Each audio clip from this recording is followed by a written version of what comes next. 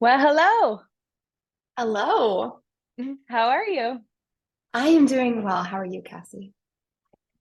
Well, I am excited. I have some adult children, so I am real excited about this article, Navigating Conflict and Reconciliation with Adult Children. I love that you named it Conflict and Reconciliation. And I just think, uh, you know, it's just normalizing it. Like there will be conflict and there will be reconciliation.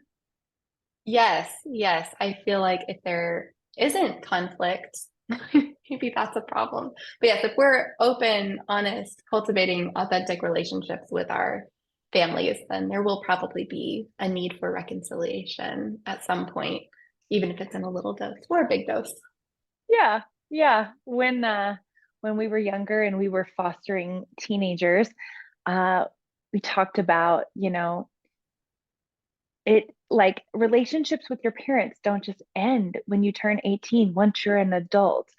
Like you still are parenting and you still are growing into these relationships far after 18 and we want to keep doing a good job, but it does change in this Yes. season. Absolutely, because there's so much change that's happening for your adult children and then also just as parents, right? We change. And then so many different developmental life stages that are happening as well. Yes, it's a wild ride. Yeah, one of my mentors likes to say that the hardest years of parenting are between 18 and 24. I That was I believe that. I'm not quite there yet with my kids, but my kids are still young. But I fully believe that. Has that been true? not for me, but I can appreciate that, we each have our own, I feel like each of us has stages with our kiddos that we're the most challenged in. We're Mm. gifted in some stages and like emotionally prepared Yes. ahead of time, but then there's other stages that like wreck us. Yes. I agree with that.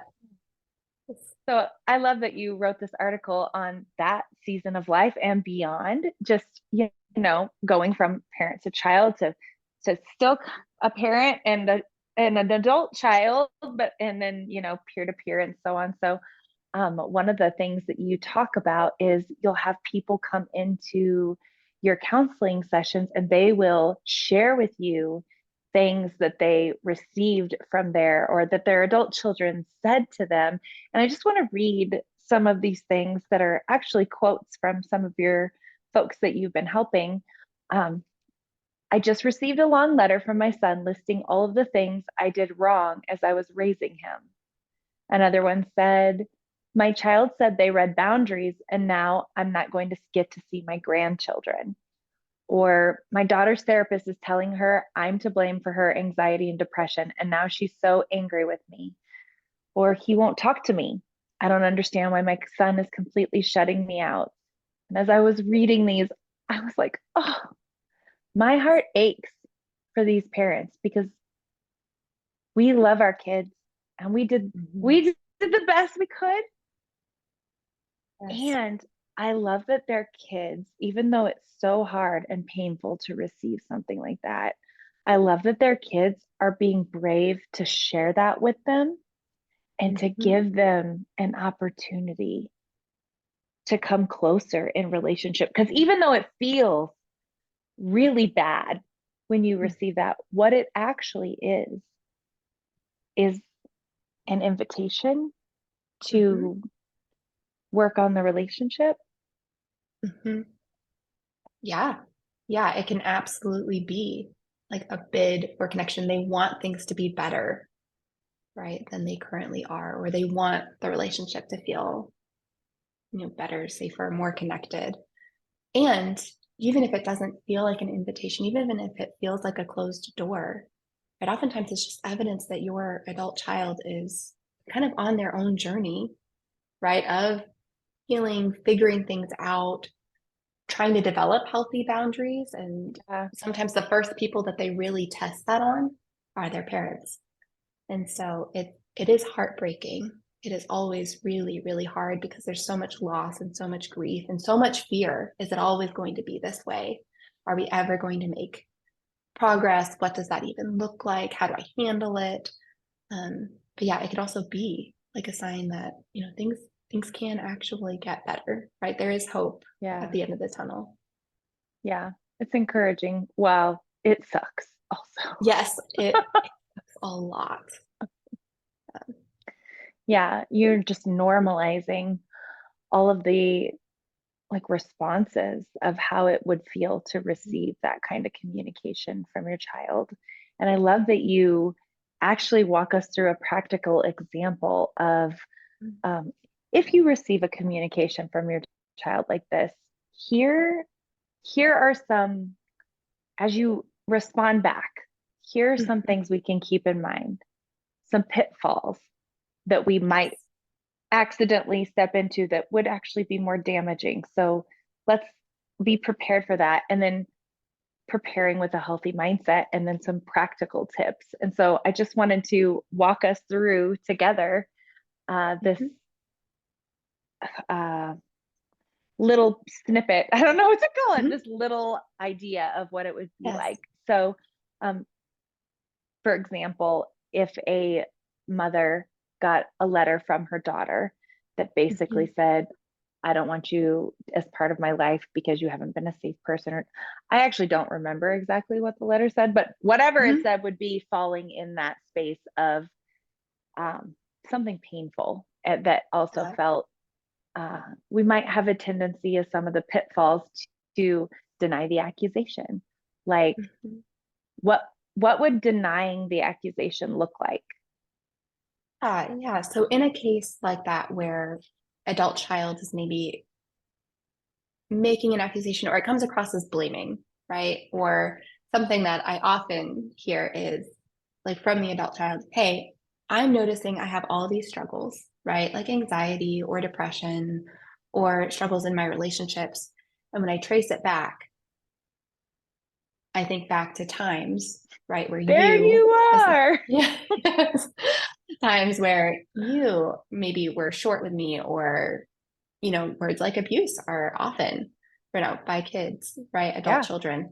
And so in this case, denying, right? I think you're asking about denying the Yeah. accusation Mm-hmm. would be like when a parent hears, right, a child's memory, right? Or when the adult child is saying, like, you did this. And for the parent, right, when they're saying something like, I actually didn't do that, right? Yeah. No, it wasn't like that, Yeah. right? Kind of just straight up denied. And I think it's really important to note it might not have happened the way that the child said it did, right? Number one, Totally. because they were children, right? Or young adults or adolescents, right? So the way that they were processing information is probably different from you as the adult. So it's possible Yeah. that it didn't happen exactly the way that they remember. However, it's also possible it didn't happen exactly the way that we remember, right? Yeah. Memory is notoriously like Ugh. flawed, Yes. right? I can't even count how many studies we've done saying like, what do you remember from this? Or things with like witnesses, eyewitnesses, and Yeah. you find out actually it's not that reliable, right? Yeah. And so it can be really normal though for a parent hearing a memory, especially if I have what feels like a really clear memory of that event, to say, actually, Yeah. it didn't happen that way. Here's why, or whatever. And I think the intention can be really good, right? Because if I'm Yeah. correcting that for them, then they don't have to be hurt by it, right? Or then they know actually my intentions were really good, or this was what was happening for me. And so you don't have to be, as upset or hurt. Like I was had my best interest in your heart, Yeah. in my heart for you. But um, the downside is it can come across as really invalidating, or like you do not believe them. And it can actually escalate the situation then, right? If they're coming saying, this thing that you did really hurt me. And I say, Yeah. actually, it didn't happen that way. Then right off the bat, I'm Yeah. saying, when you bring things to me, I'm not going to actually listen or assume that, you're thinking correctly. I'm going to just kind of dismiss it, brush it under the rug. And Yeah. that has the potential to create more escalation, not less. I wanted us so, I so intensely wanted us to talk about these pitfalls because I think we so often fall into them when we're trying to fix something. Like Yes. it's just a blind spot that I think we have. We want so much. We hate that our children feel like they're hurt by us. We love them. We want to make it all right. And we can easily, deny the accusation or try to explain our side. Or the other part that you mentioned is say we're sorry right away. Like, Mm-hmm. we didn't want it to be like that. We are sorry. Yes. So why is saying you're sorry right away? Why is that such a big pitfall? Yeah, I think some of it goes back to the intention behind it, right? So for instance, if my adult child is coming to me with these like, hey, you did this, it hurt me. If I'm jumping right to, well, I'm so sorry, I did that. I was wrong to do that. I'm so sorry. I'm so sorry. If I jump immediately to that, sometimes it can come across as, but do you really understand how deeply you hurt me? Or are you just trying to get me to be quiet, right? Or shut up? Or you just want to move past this without having to really change, right? An Yeah. apology with no action behind it, or without your adult child feeling like you really understand the depth of their pain, feels Yeah. empty.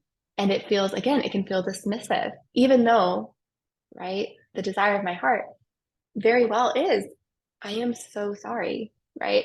I really messed up there. But if I lead with that, if I jump the gun on that too quickly before my adult child really has a chance to feel my remorse, or Yes. before I have a chance to reflect back what it is that I'm hearing, am I really getting it? Then it can, again, it can just feel invalidating, dismissive, and they can doubt your intentions. Yeah. This reminds me of something that we talk about in therapy all the time, slowing down. Mm-hmm. Yes. Ah, yeah. As you are coaching these folks to have this conversation with their child, their adult child, you talk about things for a healthy mindset, like preparing yourself for the conversation, praying for a soft heart, meditating on scripture, Mm-hmm. grounding yourself in reality and humility. What do you mean by Mm-hmm. that? Yeah, I think what I mean by that is when I go into a conversation where potentially my flaws are going to be talked about, I want to go in firmly grounded in the reality that I do have flaws and the reality that there are things that my children have seen in me or have noticed in me that I may not have noticed for myself, right? And Mhm. that's why it's coupled with humility, right? In some ways, like my kids have seen a lot of different sides of me, right? They have been with me, they've been processing what I'm like when they're in this stage, in this stage, in this stage, in this Yes. stage. They've often seen me at my worst, and they processed it as a child, right? Yeah. Not as, another adult who understands what adults go through.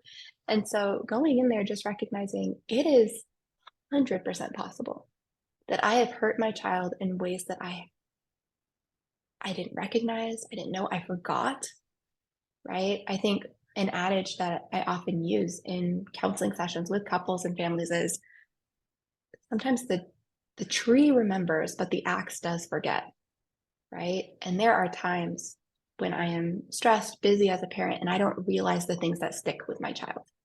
Yeah. And so we always want to go in with the attitude of, I am very human.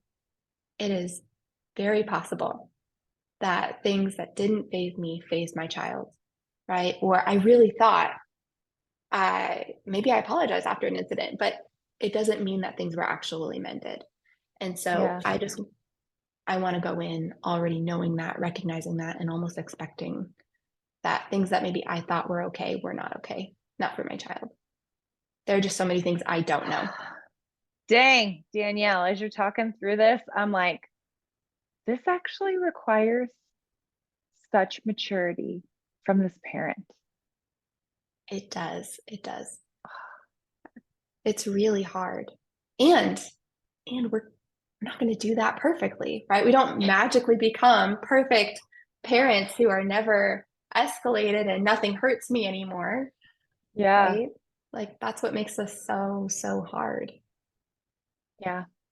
And you say shoot for understanding, not agreement. What does Mhm. that look like? Yes. Yes. It, again, in family counseling sessions, right, where we get to have everyone in the room together, a lot of slowing down and a lot of just that reminder, which is okay, when you share, we are sharing to be, first of all, to just be understood. When I share something with you, I'm not seeking to change you. I'm not seeking to change your mind. I just want you to understand where I'm coming from.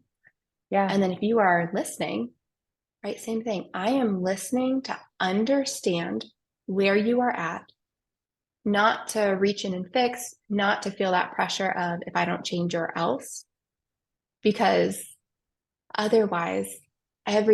everything escalates, everything feels dangerous, and our boundaries get really, really mixed up.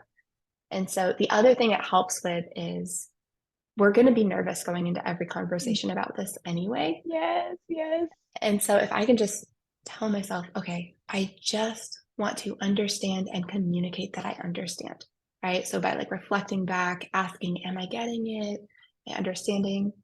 It also helps prevent me from listening to speak, like listening with like this response in mind or listening, already thinking about, okay, what am I going to need to say to this? Right. Yeah. I'm just listening to understand, not not to necessarily agree, not to disagree, just I just want to understand. And I want my adult child to know that I'm really seeking to understand where they're coming from. How do we allow ourselves to get into that space of listening to understand without feeling like, this is going to get too big for me, or if they don't know my side, then I can't mend this because I really do have something important that I need them to understand about me, or, Mm-hmm, or if we can't agree on it, how will we move forward? How that seems really difficult. mm-hmm. I think it's one of the most difficult parts of human relationships, really, Mm, because like we have to do that across the board in a lot of spaces. yeah. And it's really hard, like you said, to enter that space. So, first, I think just again, saying it out loud, and Yeah. you can be that honest with your adult child. In some ways, that can be settling for them to just say, Yeah. hey, I'm noticing coming into this conversation, I'm super nervous, right? I really, really want to just understand, but I can also feel like I don't know how we're going to fix this yet, right? Or I don't know if we're going to reach an agreement, and that really scares me because I don't want to lose relationship with you, right? I'm scared that if we don't reach an agreement Mm, that we're going to give up, right? Or you're going to give up on me, or we won't be able to get anywhere and make progress. I think saying that out loud can actually be really powerful because there's a good chance your child's feeling that too. yeah. And it might be something that either they fully recognize or maybe they haven't even found words for it yet. Yeah. And so, first is just recognizing that is very real. It's a very valid fear and concern. Yeah. And then I think that goes back to the mindset piece, which is I'm I'm praying about this. I'm reaching out to potentially like a support group. This can be a really great avenue for counseling, right? Because you have a third party there who's slowing things Yeah. down, checking in with you. You have someone who's on both of your sides. I Yeah. think that is something that can be really, really good Yeah. about counseling or bringing in someone else is if we're really scared that things are going to get lost and my side is never going to get heard, then bringing in someone who's fighting for you, fighting for your relationship with your child can be really Yeah. helpful. Yeah. I love that. You give a bunch of really good tips and a bunch of really practical verbiage in this article, which I loved because in my life, using some of these phrases and receiving some of these phrases in conversations with others has been so transformative. Like you were just talking about, if you just go in and you name these things so humbly and so vulnerably, it's going to be really surprising if your child does not see your heart and Mm-hmm. come nearer to you. Now, how Mm-hmm. near that will be, but like at least it will be different and they will, Mm-hmm. be touched by your bravery and Mm-hmm. vulnerability. So that's encouraging. I'm Mm-hmm. not going to give the tips here. Folks can read them in the article, but um, as throughout this whole article, I'm like, this takes a lot of maturity. It takes a lot of effort. It Mm-hmm. takes learning new ways of thinking and Yes. new ways of interacting. And we want to learn and grow. We do. We do. We want to learn and grow. And I love that you said we don't have to do it alone. Not at all. Yeah. Well, thank you for this article and thanks for taking the time to talk us through it. Absolutely. All right. I'll see you in the next one.